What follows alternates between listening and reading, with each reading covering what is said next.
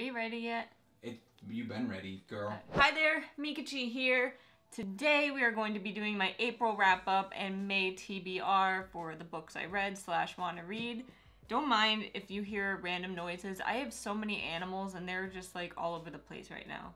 You're like a crazy cat lady. I am. I have 3 Fredies.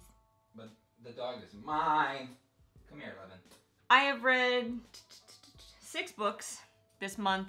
If you consider audiobooks reading, which I do because I never get abridged audiobooks, so they're the full experience, and I drive a lot, so I tend to listen to a lot of audiobooks. I can't. Just leave it the way it was. Which is An Ember in the Ashes and A Torch Against the Night by Sabaa Tahir, if that's how you say her name. These books, guys. Everyone knows that these books are great because, you know, they're all over the internet and I took my sweet time reading them, but this one just came out, so that's not that bad. Go over this one first. The first one, I really, really liked this book. I listened to it so quickly. I was listening to it in the house while doing chores and all that nonsense. Like, I just wanted to get through it because I liked it so much. It was like really fast paced. I really liked the characters. It was just a good story. So I'd say I gave this one, like, what did you do? I had to move something. Sorry. A 4.5 out of 5. I really enjoyed it. This one, which is obviously the second installment in the series, which there has to be more coming because it's just not over yet. For some reason, it was harder for me to get into than the first one. Like, it was a good story and I enjoyed it, but I feel like it was not as fast-paced as the first one. I mean, there was some crazy stuff going on, but for me, it just didn't flow as quickly as the first one.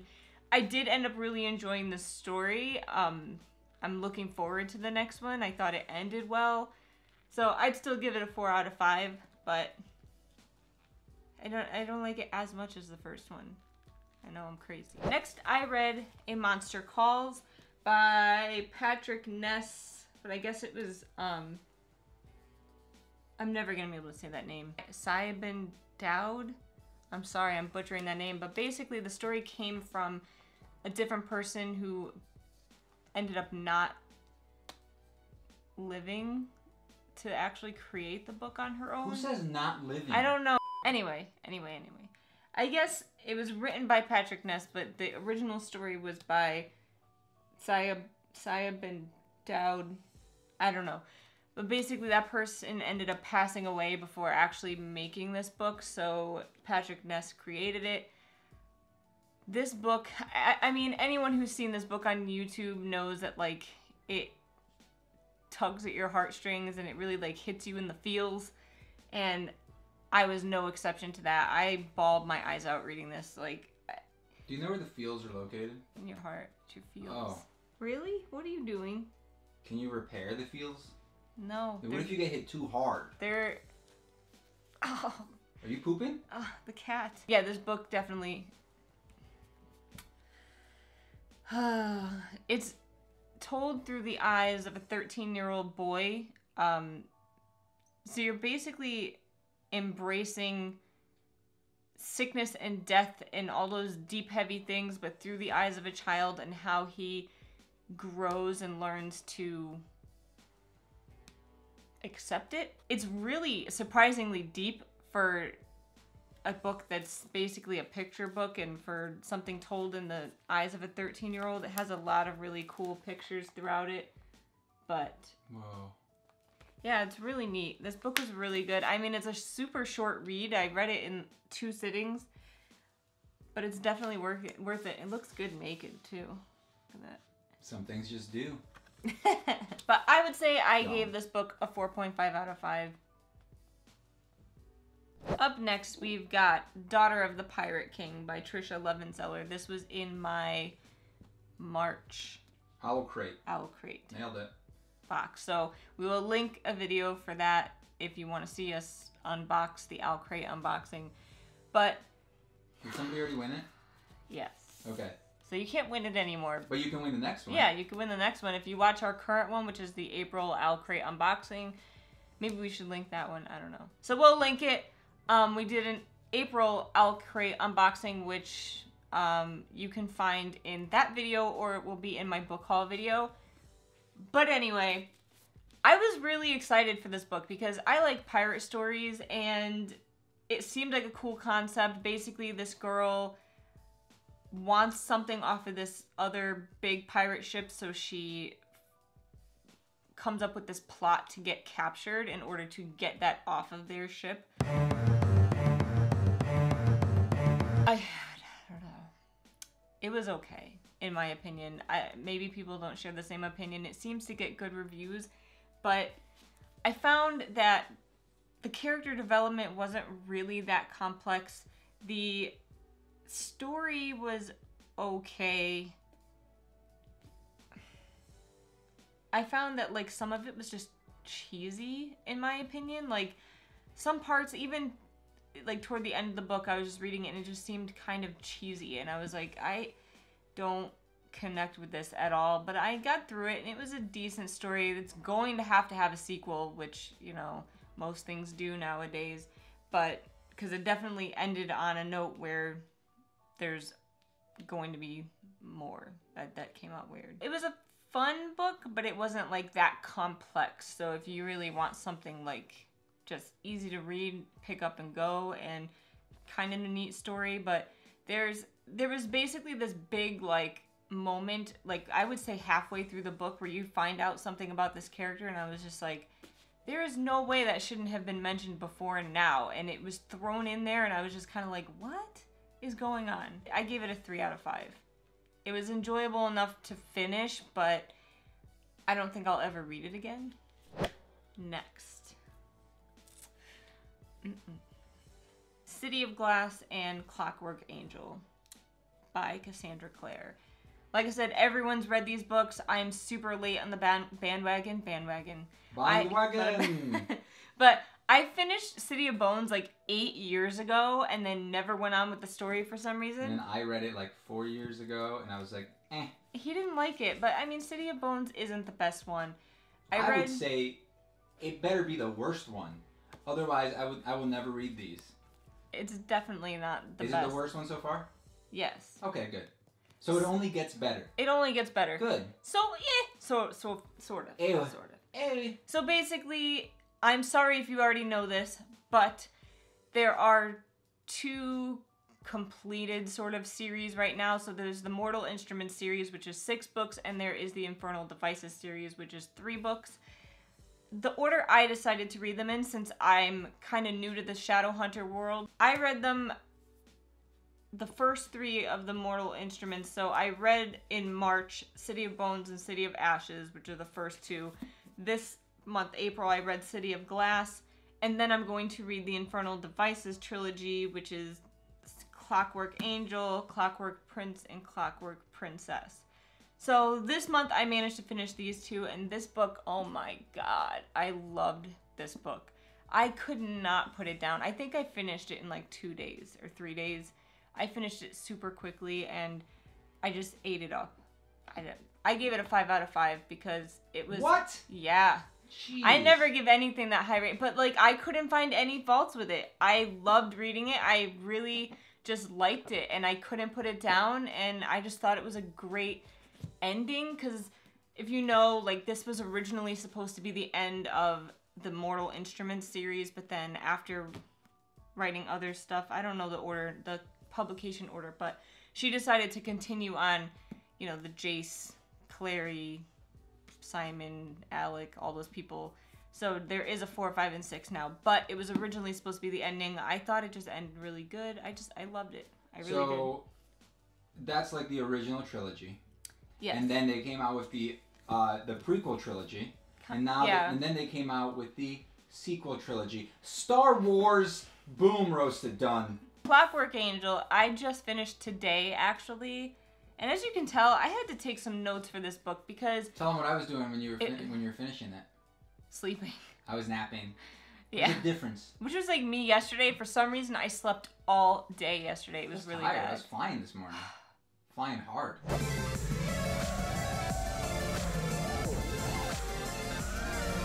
I took a lot of notes during this because the way it's written is more like an older type novel, and which didn't really bother me, but the whole them calling people by first name or last name, depending on whether... It reminded me kind of like Japanese culture, where if someone is higher than you or you're supposed to respect them or show them respect, you use their last name until you know them really well, then you use their first name. And it got confusing for me, I'm not gonna lie. So I mean, I made notes for names, and anytime like a reference was made to the Mortal Instruments series, like something cute and like awesome kind of put in there, I put a little bookmark in just to like say, like, anytime I was just like, hey, this reminds me of this. I had a bit of a hard time getting into it for that reason, I think, because the whole name thing, and because it just has a completely different vibe than the Mortal Instruments series, which isn't bad. I ended up really liking it. I give it a 4 out of 5. I probably about 75% of the way through, I was like, I don't know if I really like this as much, but the ending was pretty good. So I feel like I'm pretty excited to go on and read the next one. But yeah. So the last book that I read this month was a book actually given to me so I can give an honest review on it. And it is called The Perfect 10 by Elle Phillips. And it's not out until June 6th. But I actually surprisingly really liked this book. Going into it, I thought some of it was kind of cheesy. And it was just like, but it got pretty darn good. Like, it really kind of made you think about the stupid things you do when you're a teenager. And like in the book, he goes through things and does things that I'm sure a lot of us have done growing up. So it is an LGBT story about a guy trying to find basically his perfect match or a perfect 10, and his journey to do so. And it was surprisingly really good. I really liked it. Like I said, the beginning was a little cheesy, and I was kind of like put off by a couple of things. But in the end, I feel like it was surprisingly pretty deep, and it made you really sit back and think about maybe situations that you had gone through growing up, or stupid relationships you may have had like when you were younger, and just like really think about them. And I don't know if I really love who he ends up with at the end, but it was okay. Like, it's okay. I think all in all, I gave it a 3.75 out of 5.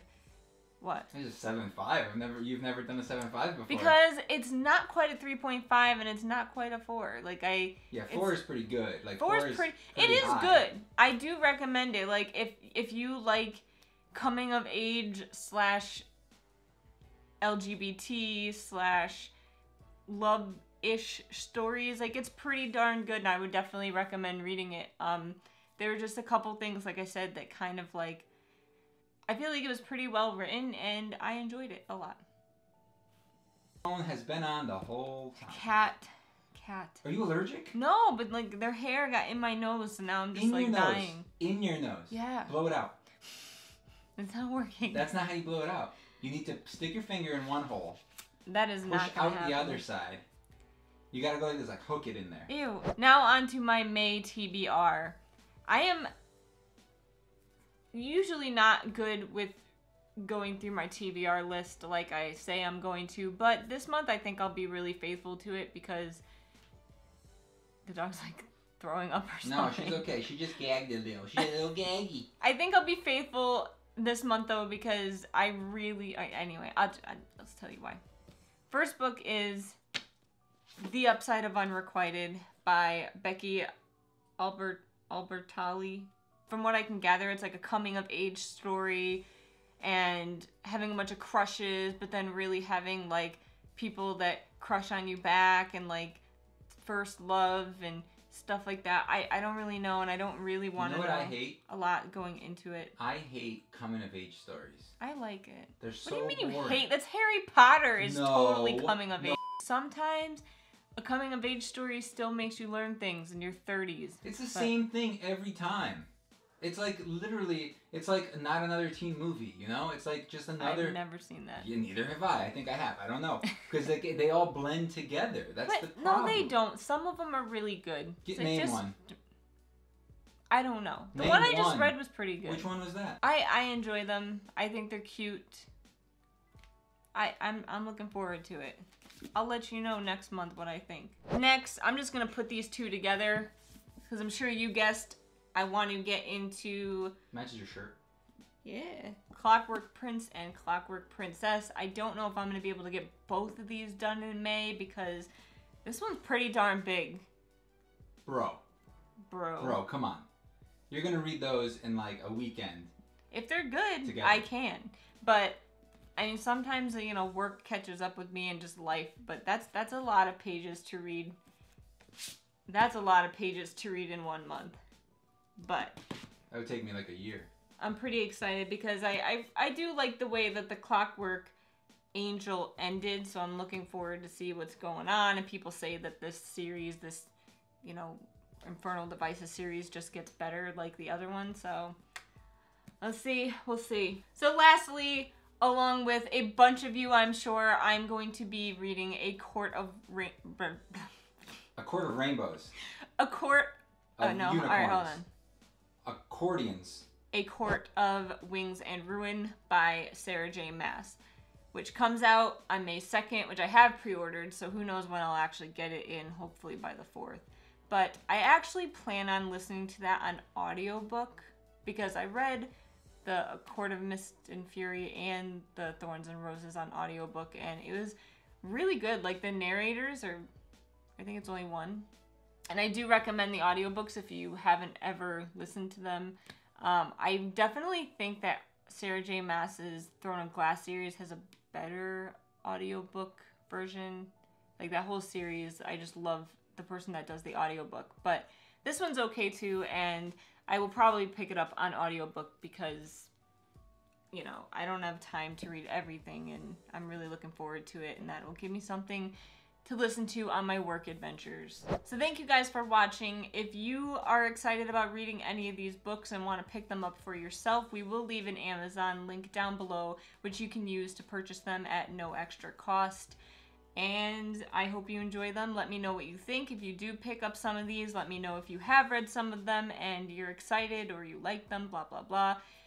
Anyway, thank you for watching. Don't forget to like if you liked it, and don't forget to subscribe if you liked it. And I will see you next time.